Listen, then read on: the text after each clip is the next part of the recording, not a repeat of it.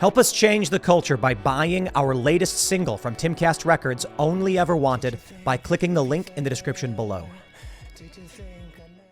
Let's jump to the story here from timcast.com. Oh, yeah. Governor Kathy Hochul to states Republicans, you are not New Yorkers. Okay, if you are a Republican living in New York, who's that Republican that we know who lives in New York? Frank. Frank? Oh. Shout out to Frank. I'm just saying that because there's a bunch. Okay. Is We'll it start Libby naming. Emmons? Libby. There's other ones. I know Libby? there's more. No, Libby. You mean quite frankly? Brian. Quite frankly. Frank himself? Yeah, My man. Frank, yeah. Dude. I love him. What's up, Frank? Louis. So, Yeah. Kathy Hochul's gotta go, said Republican Congressman and gubernatorial candidate Lee Zeldin. Just jump on a bus and head down to Florida where you belong, okay? Whoa! Okay, bye. Get out of town because you don't represent our values. WTF. Yeah. Yo, that crazy, you are man. not New Yorkers. Wow. There are like 5.4 million registered 5.4. Republicans. And like there are Holy crap. probably independents who also lean Republican. You guys should probably at least get a plane ticket to Florida, start seeing yourself That's out. crazy. Unelected leader telling people, ejecting people. Like, Yeah. this is not good. This is not an American value, man. This is not Mm-hmm. something we've ever really, in my experience, done to our population before. But it is something that the Nazis did to the Jews. You don't, repopulation was like an old punishment. Say the words. Liberal international economy. No. Graphene. The two words. DMT. Make is everyone take a good. shot. Come Come on, on. Ian. Civil War? Yeah! Take a You drink. liked it. When the governor tells 5.4 million people to get out of the state, At a rally for other political leaders. dude, Crap. when the previous governor murdered 15,000 elderly people, I'm saying that. Yeah, there's a huge, one of the big criticisms of this is like, do you not understand? Like, we've already lost a ton of people because of the pandemic. Like, that's our tax base. Dude. Did you see? Listen, my friends. The other day we were talking about Nate Silver. He said liberal elites pressured Pfizer to hold back the vaccine till after the election. I guess it was like to hurt Trump or something. That's what Nate Silver was saying. Okay, assuming that's true, these Democrat politicians expected you to die in order to stop Donald Trump. In fact, Cuomo had the option to use that medical ship. Which one was it? It wasn't the Mercy. I thought it was, but someone kept telling me we were wrong. Oh, I don't know. There was I that thought it big boat. Mercy. Yeah. There was a boat. And the Javits Center. And Cuomo was like, I'm going to put the sick people in the elderly home. Yeah. And then 15,000 people died. Yep. That took a lot of voters out of the equation, I'll tell you that. This is the U.S. and Older- its comfort. It was the That's comfort. been- New York. Yeah. There and 15,000 voters who are older, who tend to be conservative, That's right. erased from the voting block. Older people tend to vote Republican. And then we saw it in Pennsylvania, in Michigan, in New Jersey, and in California. Yeah. This is dark stuff. This is man. part of why top-down governance is failing, or at least struggling, is because it's like utilitarian. Kathy doesn't know all the Republicans that she's claiming are not New Yorkers that are. Like, if she knew them personally, she probably wouldn't be saying that. Well, she always says, like, I'm from Buffalo, I'm from upstate, I know about the rest of New Yorkers. Like, she tries to present herself as more than just, like, a politician who's catering to New York City, which dominates the state's politics in a lot of ways, but, like, she is not. I bring up the economic criticism because the two major issues for New York voters right now are crime and the economy. And right now she says, I don't care about the economy. I don't want any Republicans here. And before, she's running against Lee Zeldin, who, as we remember, someone tried to stab him on stage, and he correctly predicted that person would be released before morning, and the attacker was. How could you live in New York? It doesn't make any sense. Hold on, I think she's right. She's like, she's she said, 100% she said, you got to go. What did she say? Jump on a bus and head down to Florida. Republicans in New York, I'm going to tell you, just jump on a bus and head down to Florida. Yeah, there you go. Florida needs you, and Florida's great. I Maybe- say stay and fight, though. Maybe she's gonna start busing them down the way that like Abbott's busing illegal immigrants Yeah. to DC. Like she's gonna get her own system going. Perfect. But you saw that story that they're not even making it, right? They're like stopping the in buses. red states. Yep. Yeah. It's just. You think it's better to stay in New York and change it from the inside? I've had the opinion for a long time. It's what blue team seems to be doing is forcing people to retreat. And I've always had the opinion of the more you retreat, eventually you're going to find your back to a cliff, and then they're going to force you to jump or do a desperate move to make a mistake.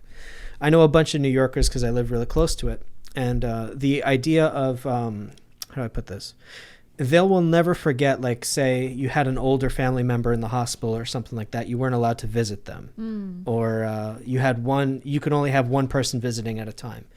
That is how you can flip most demographics red, for sure. Nobody's going to ever forget that, at least from our generation. So not being able to visit an elderly family member, or God forbid you had someone that died, those people will never vote blue again, probably. So when she says leave, she's trying to force them to retreat because she knows she's already lost them. So don't leave. In fact, stay in place. I've known a bunch of New Yorkers who they're always talking about, is it time to go? Is it time to go? I say, no, you should reclaim your land. You should not say, I'm going to go somewhere else where I can be happy. Blue team's strategy seems to be to try to make you run away. It's like a paper tiger kind of thing. You've already lost the fight. You may as well not fight now because you've lost. But actually, there's way more of you than you think, especially in New York State. Yeah. Here's the thing, too. Yes. If every single Republican in AOC's district actually voted Republican, Right. they would win. They think that it's like, oh, I'm going to lose anyway, so I may as well not vote. That's probably what it is. I don't think even a lot of people know that there's an election coming up in the next few months. But it's who just won the Republican nomination? Tina something in New York in AOC's district. I can look. Yeah, look at because I'm drawing a blank on the name. But She has a real thick accent. It's like I think it's what 2-1 or 3 to no it's like 3-1 Democrat to Republican in her district. It's like D plus 25 or something. But if you look at the amount of people that actually turn out, it's really, really low. Tina Forte, is that her name? Yeah, Tina Forte, is that it? Forte, If- yeah. Because they don't realize how Here's- important it maybe. is. But I will be realistic. You would need every single Republican and conservative leaning person, every single one. Grandma. And then you need to also hope the Democrats don't turn out. The Democrats typically don't turn out. Like AOC, I think got like 100 and something thousand in a district of 750,000.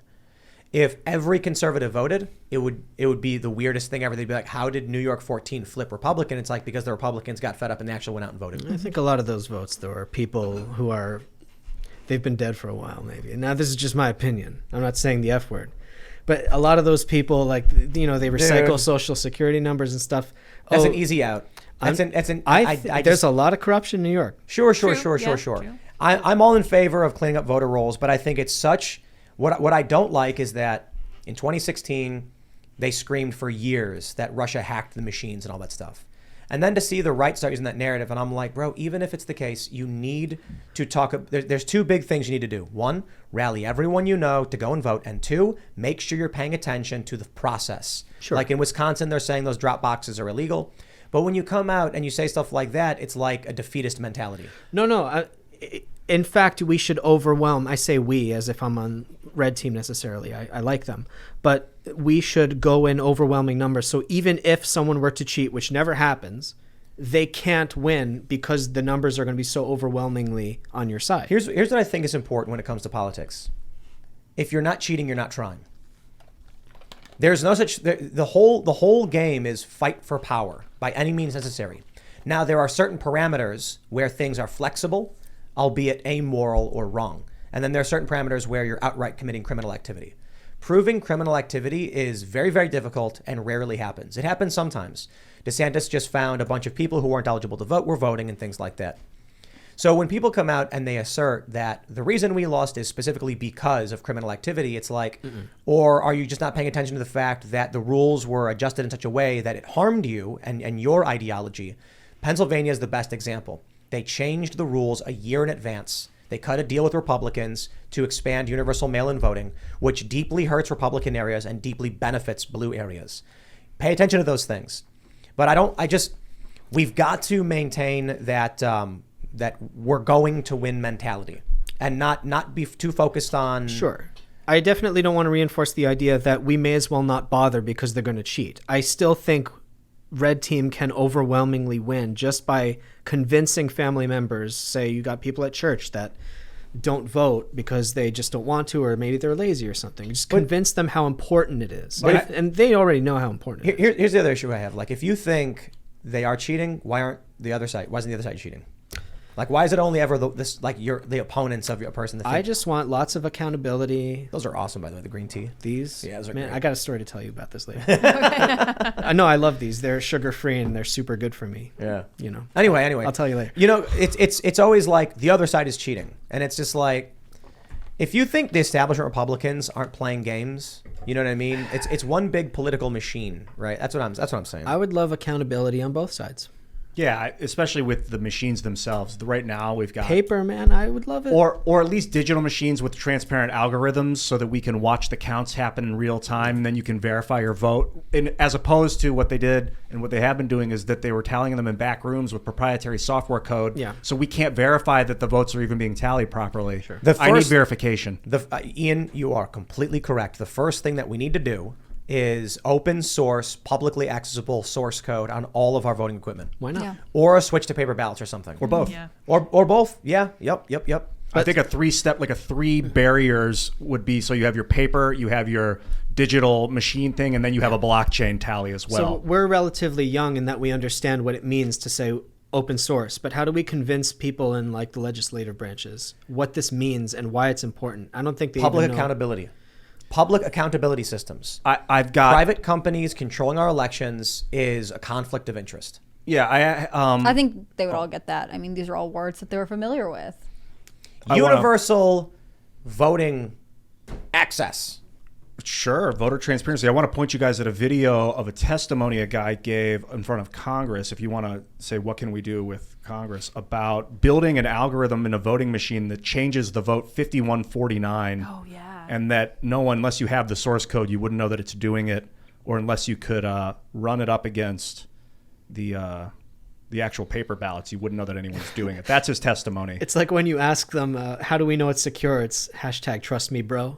Yeah, it really is. Yeah. Come on. and It's he so said- easy to verify. His testimony said that in the year 2000, he built this for an Ohio, was it a senator? I should be able to have this thing bookmarked, this testimony bookmarked. It's on YouTube. I'll pull it up within a minute. I think one of the most striking things about this is that she's so, I mean, I think we have this idea that like when people get to the, you know, she won her Democratic primary, that they'll start trying to court the independent vote and move to a more moderate position. But with this, Hochul is just like blatantly going farther left. She is trying to completely activate only Democratic voters, and that is fascinating to me. She thinks she can win on complete liberal rage alone. So I've got We, the we video. need to activate nuclear dark ultra MAGA. Yeah. This is the testimony that people need to see. It's Eugene. The video on YouTube, if you want to watch, it's called American Election Hacker Testifies, and it's from, I don't know, 10 years ago or something. But the guy's name is Clinton Eugene Curtis. He testified under oath in front of the U.S. House Judiciary members in Ohio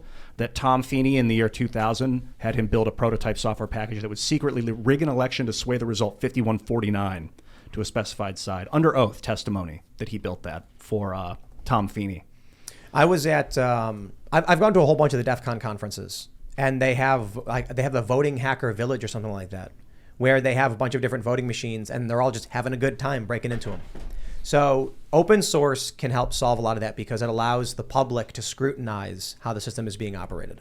That's really important. Right Make it now, at least like- so the voting machines can't handshake with some machine remotely a million miles away. Yeah. They can't have it so that it doesn't connect to anything outside.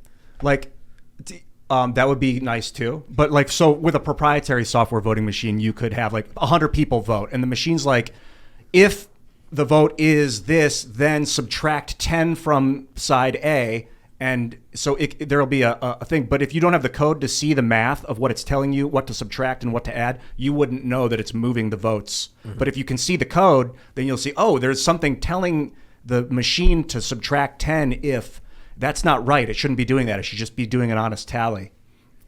That's where we say accountability. Like, honestly, this kind of code, I'm not like an expert by any means, and you know way more than me, but I'm sure like most amateur coders know how to tally things. This is not difficult. It's trying to account for all the weird things, like what if I scan a vote and it doesn't go through, and then we have to scan it again? Does it delete the original scan? Should the ballots have should they be serialized so that there can't be repeats? You know what I mean? Yeah. I mean, these are real like easy questions. Bitcoin easy in could the solve sense this. Crypto could solve this.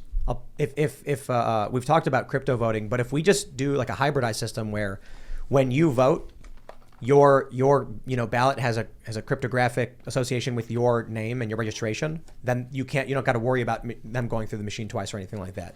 It's like, rejected already in the system. Thanks for checking out this segment from the Timcast IRL podcast. But if you want to check out the full show live, tune in Monday through Friday at 8 p.m.